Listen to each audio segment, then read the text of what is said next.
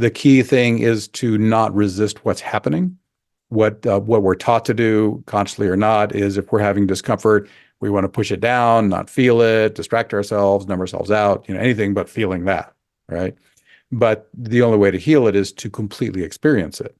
And the beautiful thing about all the invocations is they are not allowed to overwhelm you. That's the big fear of a lot of people. It's just going to take me over, okay? But if you are using the invocation, it automatically creates a safe container for you. And it guarantees that you won't be overwhelmed. You won't get too much awakening. You won't get too much challenge. It'll be just the right amount that you can handle. It may be intense. It'll never be too much. So here you've got this discomfort. I'm putting my hand over my heart chakra because that's where most people feel their challenge. It's emotional stuff in the heart chakra there. So you call it in, you feel it, and you just feel it. And again, what also really optimizes the effectiveness is you're somatically focused. You don't have to have thoughts or images. In fact, when you're doing invocation work, all thoughts and all images are treated as distractions. You don't worry about them. They can be there in the background. You just don't focus on them. You focus on the feeling. And with invocation work, with ayahuasca ceremonies I've done, what I found is I can have massive, life-changing healings and never have a clue what that heavy stuff was.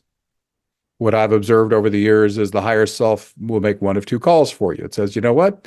On this thing, they're better off not knowing. They really don't need to be burdened with that information. Let's just flush that energy away, and we'll call that an ignorance is bliss healing. Other times, it's critically important that you know what it is, in which case your higher self will pop in a thought or an image if you need to know about it. And okay, that's what that's about. Okay, I gather that information. Now I'm going to ignore all that, and I'm just going to go back to feeling it.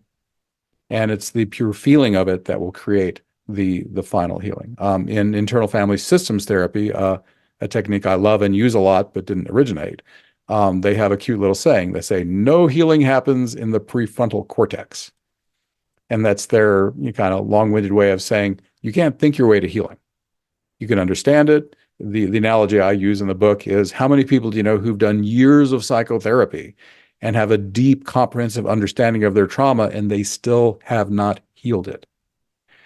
In my experience as a shamanic practitioner, the only way to put a trauma fully and finally to bed is to have a safe container where you can feel it one last time, intense but not overwhelming, and then the way I do it, have the higher self do the full and final release of that trauma energy, have it leave, and then when that's done and you check the work and you think of that trauma again, whereas every time before you've had that thought and it felt overwhelming, you'll have the thought again and you'll be like neutral. Like, yeah, I'm remembering exactly what happened that has always freaked me out, and I'm having no emotional response at all. It's like no trigger anymore. That's when you know that you've hit that milepost.